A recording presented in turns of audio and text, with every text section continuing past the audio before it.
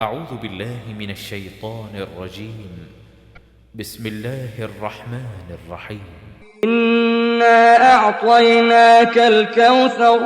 اے محمد صلی اللہ علیہ وآلہ وسلم، ہم نے تم کو کوثر عطا فرمائی ہے۔ صل لربك وانحر. اپنے پروردگار کے لیے نماز پڑھا کرو اور قربانی کیا کرو۔ إن شانئك هو الأبتر. شک نہیں کہ تمہارا دشمن ہی بے اولاد رہے گا۔ انا اعطیناک الکوثر، شہد سے زیادہ میٹھی اور دودھ سے زیادہ سفید نہر۔ مسند احمد میں ہے کہ رسول مقبول صلی اللہ علیہ وآلہ وسلم پر غنودگی سی طاری ہو گئی اور دفعتاً سر اٹھا کر مسکرائے، پھر یا تو خود آپ نے فرمایا یا لوگوں کے اس سوال پر کہ حضور صلی اللہ علیہ وآلہ وسلم کیسے مسکرائے، تو آپ صلی اللہ علیہ وآلہ وسلم نے فرمایا مجھ پر اس وقت ایک سورت اتری، پھر آپ نے بسم اللہ الرحمن الرحیم پڑھ کر اس پوری سورت کی تلاوت کی اور فرمایا جانتے ہو کہ کوثر کیا ہے؟ لوگوں نے کہا اللہ اور اس کا رسول صلی اللہ علیہ وآلہ وسلم ہی زیادہ جانتے ہیں۔ فرمایا وہ ایک جنت کی نہر ہے جس پر بہت بھلائی ہے جو میرے رب نے مجھے عطا فرمائی ہے، جس پر میری امت قیامت والے دن آئے گی۔ اس کے برتن آسمان کے ستاروں کی گنتی کے برابر ہیں۔ بعض لوگ اس سے ہٹائے جائیں گے تو میں کہوں گا اے میرے رب یہ بھی میرے امتی ہیں، تو کہا جائے گا آپ کو نہیں معلوم کہ ان لوگوں نے آپ کے بعد کیا کیا بدعتیں نکالی تھیں، اور حدیث میں وارد ہوا ہے کہ اس میں 2 پرنالے آسمان سے گرتے ہوں گے۔ نسائی کی حدیث میں ہے یہ واقعہ مسجد میں گزرا۔ اسی سے اکثر قاریوں کا استدلال ہے کہ یہ سورت مدنی ہے، اور اکثر فقہاء نے اس حدیث سے استدلال کیا ہے کہ بسم اللہ الرحمن الرحیم ہر سورت میں اس کے ساتھ ہی نازل ہوئی تھی، اور ہر سورت کی ایک مستقل آیت ہے۔ مسند کی اور حدیث میں ہے کہ حضور صلی اللہ علیہ وآلہ وسلم نے اس آیت کی تلاوت کر کے فرمایا کہ مجھے کوثر عنایت کی گئی ہے جو ایک جاری نہر ہے لیکن گڑھا نہیں ہے، اس کے دونوں جانب موتی کے خیمے ہیں، اس کی مٹی خالص مشک ہے، اس کے کنکر بھی سچے موتی ہیں، اور روایت میں ہے کہ معراج والی رات آپ نے آسمان پر جنت میں اس نہر کو دیکھا اور جبرائیل علیہ السلام سے پوچھا کہ یہ کون سی نہر ہے؟ تو حضرت جبرائیل علیہ السلام نے فرمایا کہ یہ کوثر ہے جو اللہ تعالی نے آپ کو دے رکھی ہے، اور اس قسم کی بہت سی حدیثیں ہیں اور بہت سی ہم نے سورت اسراء کی تفسیر میں بیان بھی کر دی ہیں۔ ایک اور حدیث میں ہے کہ اس کا پانی دودھ سے زیادہ سفید ہے اور شہد سے زیادہ میٹھا ہے، جس کے کنارے دراز گردن والے پرندے بیٹھے ہوئے ہیں۔ حضرت صدیق رضی اللہ تعالی عنہ نے سن کر فرمایا وہ پرندے تو بہت ہی خوبصورت ہوں گے۔ آپ نے فرمایا کھانے میں بھی وہ بہت ہی لذیذ ہیں۔ ابن جریر۔ اور روایت میں ہے کہ حضرت انس رضی اللہ تعالی عنہ نے حضور صلی اللہ علیہ وآلہ وسلم سے سوال کیا کہ کوثر کیا ہے؟ اس پر آپ نے یہ حدیث بیان کی تو حضرت عمر رضی اللہ تعالی عنہ نے ان پرندوں کی نسبت یہ فرمایا۔ مسند احمد۔ حضرت عائشہ صدیقہ رضی اللہ تعالی عنہا فرماتی ہیں یہ نہر جنت کے درمیان میں ہے، ایک منقطع سند سے۔ حضرت عائشہ رضی اللہ تعالی عنہا سے مروی ہے کہ کوثر کے پانی کے گرنے کی آواز جو سننا چاہے وہ اپنے دونوں کانوں میں اپنی انگلیاں ڈال لے۔ اولاً تو اس کی سند ٹھیک نہیں، دوسرے اس کے معنی یہ ہیں کہ اس جیسی آواز آتی ہے، نہ کہ خاص اسی کی آواز ہو۔ واللہ اعلم۔ صحیح بخاری شریف میں حضرت عبداللہ بن عباس رضی اللہ تعالی عنہ سے مروی ہے کہ کوثر سے مراد وہ بھلائی اور خیر ہے جو اللہ تعالی نے آپ کو عطا فرمائی ہے۔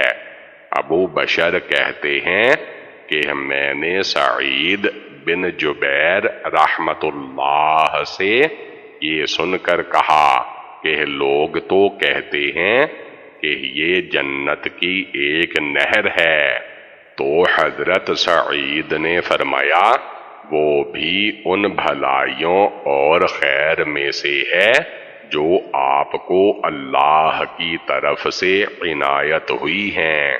اور بھی حضرت ابن عباس سے مروی ہے کہ اس سے مراد بہت سی خیر ہے، تو یہ تفسیر شامل ہے حوض کوثر وغیرہ سب کو۔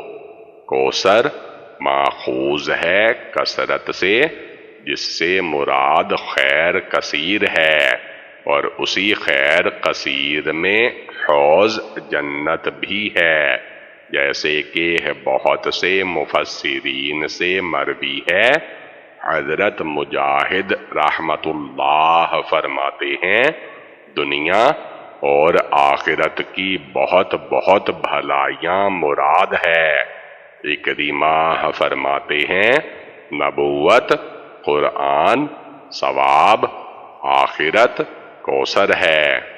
اور یہ بھی یاد رہے کہ حضرت عبداللہ بن عباس رضی اللہ تعالی عنہ سے کوثر کی تفسیر نہر کوثر سے بھی مروی ہے، جیسے کہ ابن جریر میں سندن مروی ہے کہ آپ نے فرمایا کوثر جنت کی ایک نہر ہے جس کے دونوں کنارے سونا چاندی ہے، جو یاقوت اور موتیوں پر بہہ رہی ہے، جس کا پانی برف سے زیادہ سفید ہے اور شہد سے زیادہ میٹھا ہے۔ حضرت ابن عمر رضی اللہ تعالی عنہ سے بھی یہ تفسیر مروی ہے۔ ابن جریر، ترمذی اور ابن ماجہ وغیرہ میں یہ روایت مرفوع بھی آئی ہے۔ امام ترمذی اسے حسن صحیح بتاتے ہیں۔ ابن جریر میں ہے کہ رسول اللہ صلی اللہ علیہ وآلہ وسلم ایک دن حضرت حمزہ بن عبد المطلب رضی اللہ تعالی عنہ کے گھر تشریف لے گئے، آپ اس وقت گھر پر نہ تھے۔ آپ کی بیوی صاحبہ جو قبیلہ بنو نجار سے تھیں، انہوں نے کہا کہ یا نبی اللہ صلی اللہ علیہ وآلہ وسلم، وہ تو ابھی ابھی آپ ہی کی طرف گئے ہیں، شاید بنو نجار میں رک گئے ہوں، آپ تشریف لائیے۔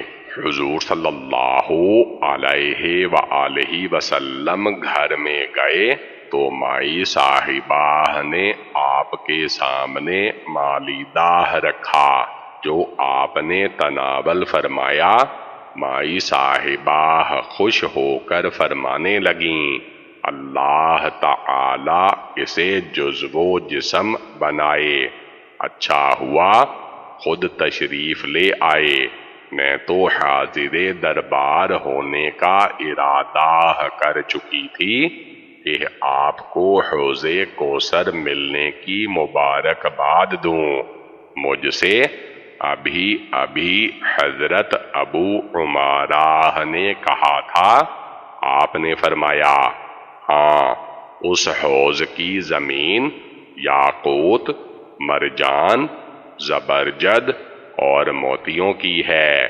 اس کے ایک راوی حرام بن عثمان ضعیف ہیں، لیکن واقعہ حسن ہے، اور اصل تو تواتر سے ثابت ہو چکی ہے۔ بہت سے صحابہ اور تابعین وغیرہ سے ثابت ہے کہ کوثر نہر کا نام ہے۔ پھر ارشاد ہے کہ جیسے ہم نے تمہیں خیر کثیر عنایت فرمائی اور ایسی پرشوکت نہر دی، تو تم بھی صرف میری ہی عبادت کرو، خصوصاً نفل، فرض نماز اور قربانی اسی وحدہ لا شریک لہ کے نام کی کرتے رہو، جیسے فرمایا قل ان صلاتی و نسکی و محیای و مماتی للہ رب العالمین۔ مراد قربانی سے اونٹوں کا نحر کرنا وغیرہ ہے۔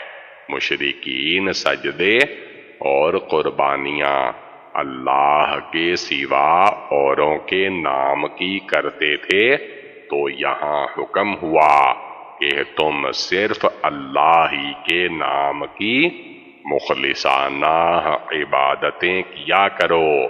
اور جگہ ہے وَلَا تَأْكُلُوا مِمَّا لَمْ يُذْكَرِ اسْمُ اللَّهِ عَلَيْهِ وَإِنَّهُ لَفِسْقٌ وَإِنَّ الشَّيَاطِينَ لِيُوحُونَ إِلَىٰ أَوْلِيَائِهِمْ لِيُجَادِلُوكُمْ وَإِنْ أَطَعْتُمُوهُمْ إِنَّكُمْ لَمُشْرِكُونَ۔ جس جانور پر اللہ کا نام نہ لیا جائے اسے نہ کھاؤ، یہ تو فسق ہے۔ اور کہا گیا ہے کہ مراد وَانْحَرْ سے دائیں ہاتھ کا بائیں ہاتھ پر نماز میں سینے پر رکھنا ہے۔ یہی حضرت علی رضی اللہ تعالی عنہ سے غیر صحیح سند کے ساتھ مروی ہے۔ حضرت شعبی رحمت اللہ اس لفظ کی یہی تفسیر کرتے ہیں۔ حضرت ابو جعفر باقر رحمت اللہ فرماتے ہیں کہ اس سے مراد نماز کے شروع کے وقت رفع یدین کرنا ہے، اور یہ بھی کہا گیا ہے کہ مطلب یہ ہے کہ اپنے سینے سے قبلہ کی طرف متوجہ ہو۔ یہ تینوں قول ابن جریر میں منقول ہیں۔ ابن ابی حاتم میں اس جگہ ایک بہت منکر حدیث مروی ہے جس میں ہے کہ جب یہ سورت نبی صلی اللہ علیہ وآلہ وسلم پر اتری تو آپ نے فرمایا اے جبرائیل وانحر سے مراد کیا ہے جو مجھے میرے پروردگار کا حکم ہو رہا ہے تو حضرت جبرائیل نے فرمایا اس سے مراد قربانی نہیں بلکہ اللہ کا تمہیں حکم ہو رہا ہے کہ نماز کی تکبیر تحریمہ کے وقت رفع یدین کرو اور رکوع کے وقت بھی، اور جب رکوع سے سر اٹھاؤ تب، اور جب سجدہ کرو، یہی ہماری نماز ہے اور ان فرشتوں کی نماز ہے جو ساتوں آسمانوں میں ہیں۔ ہر چیز کی زینت ہوتی ہے اور نماز کی زینت ہر تکبیر کے وقت رفع یدین کرنا ہے۔ یہ حدیث اسی طرح مستدرک حاکم میں بھی ہے۔ حضرت عطا خراسانی رحمت اللہ فرماتے ہیں وانحر سے مراد یہ ہے کہ اپنی پیٹھ رکوع سے اٹھاؤ تو اعتدال کرو اور سینے کو ظاہر کرو، یعنی اطمینان حاصل کرو۔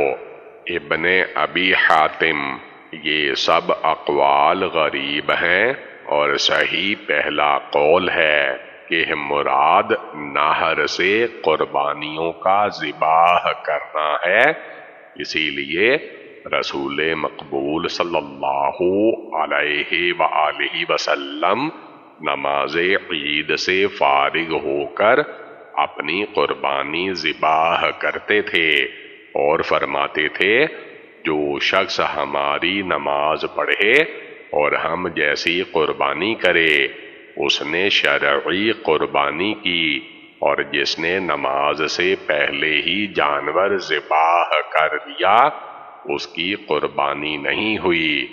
ابو بردہ بن نیار رضی اللہ تعالی عنہ نے کھڑے ہو کر کہا کہ یا رسول اللہ صلی اللہ علیہ وآلہ وسلم، میں نے نماز عید سے پہلے ہی قربانی کر لی، یہ سمجھ کر کہ آج کے دن گوشت کی چاہت ہوگی۔ آپ نے فرمایا بس وہ تو کھانے کا گوشت ہو گیا۔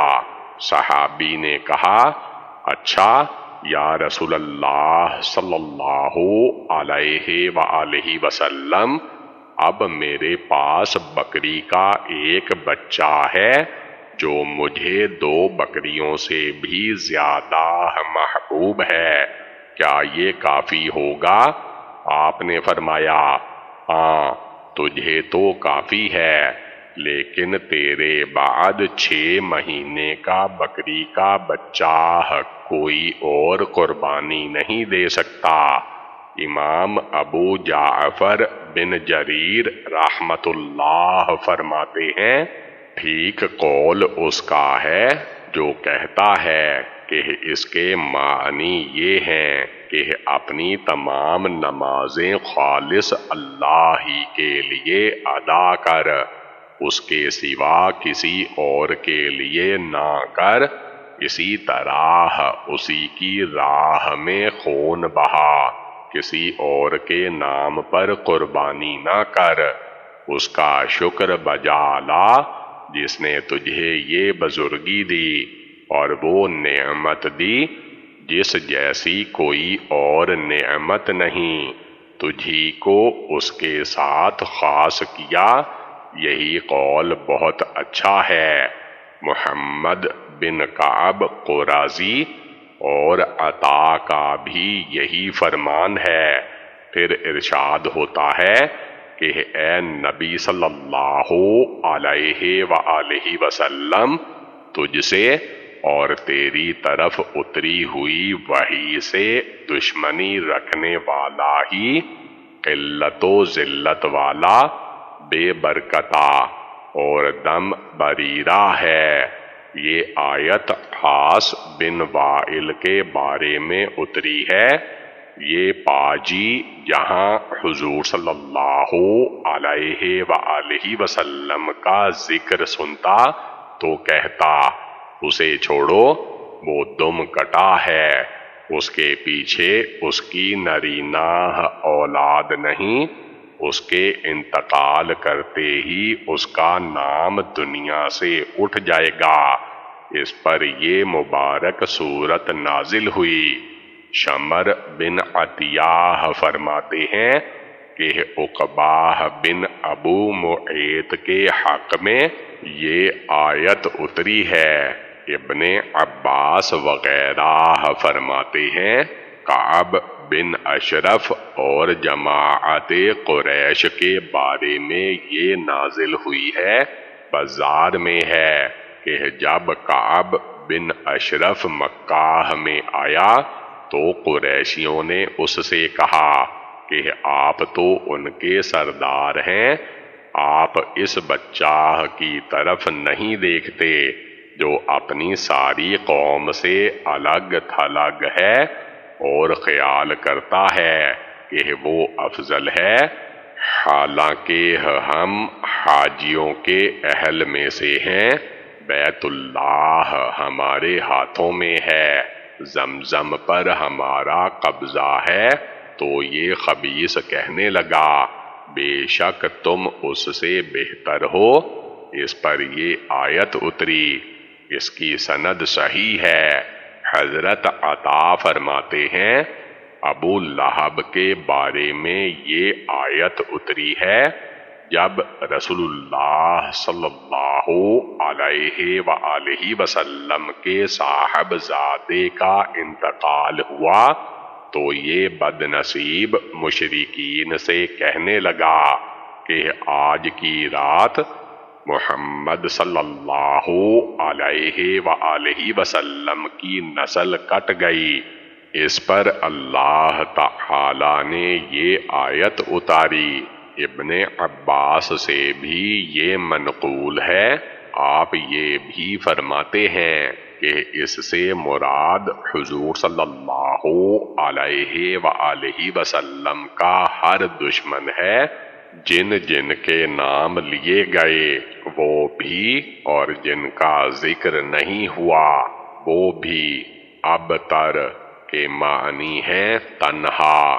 عرب کا یہ محاورہ بھی ہے کہ جب کسی کی نرینہ اولاد مر جاتے تو کہتے ہیں ابتر۔ حضور صلی اللہ علیہ وآلہ وسلم کے صاحبزادہ کے انتقال پر بھی انہوں نے دشمنی کی وجہ سے یہی کہا، جس پر یہ آیت اتری۔ تو مطلب یہ ہوا کہ ابتر وہ ہے جس کے مرنے کے بعد اس کا نام مٹ جائے۔ ان مشرکین نے حضور صلی اللہ علیہ وآلہ وسلم کی نسبت بھی یہی خیال کیا تھا کہ ان کے لڑکے تو انتقال کر گئے، وہ نہ رہے جن کی وجہ سے ان کے انتقال کے بعد بھی ان کا نام رہتا۔ حاشا وکلا، اللہ تعالی آپ کا نام رہتی دنیا تک رکھے گا، آپ کی شریعت ابدالہ آباد تک رہے گی، آپ کی اطاعت ہر ایک پر فرض کر دی گئی ہے، آپ کا پیار اور پاک نام ہر ایک مسلم کے دل و زبان پر ہے، اور قیام تک فضائے آسمانی میں عروج و اقبال کے ساتھ گونجتا رہے گا۔ بحر و بر میں ہر وقت اس کی منادی ہوتی رہے گی، اللہ تعالی آپ پر اور آپ کی آل و اولاد پر اور ازواج و اصحاب پر قیامت تک درود سلام بے حد و بکثرت بھیجتا رہے، آمین۔ الحمدللہ، اللہ تعالی کے فضل و کرم سے، اس کے احسان و رحم سے سورت کوثر کی تفسیر بھی ختم ہوئی۔ وَلِلَّهِ الْحَمْدُ وَمِنْهُ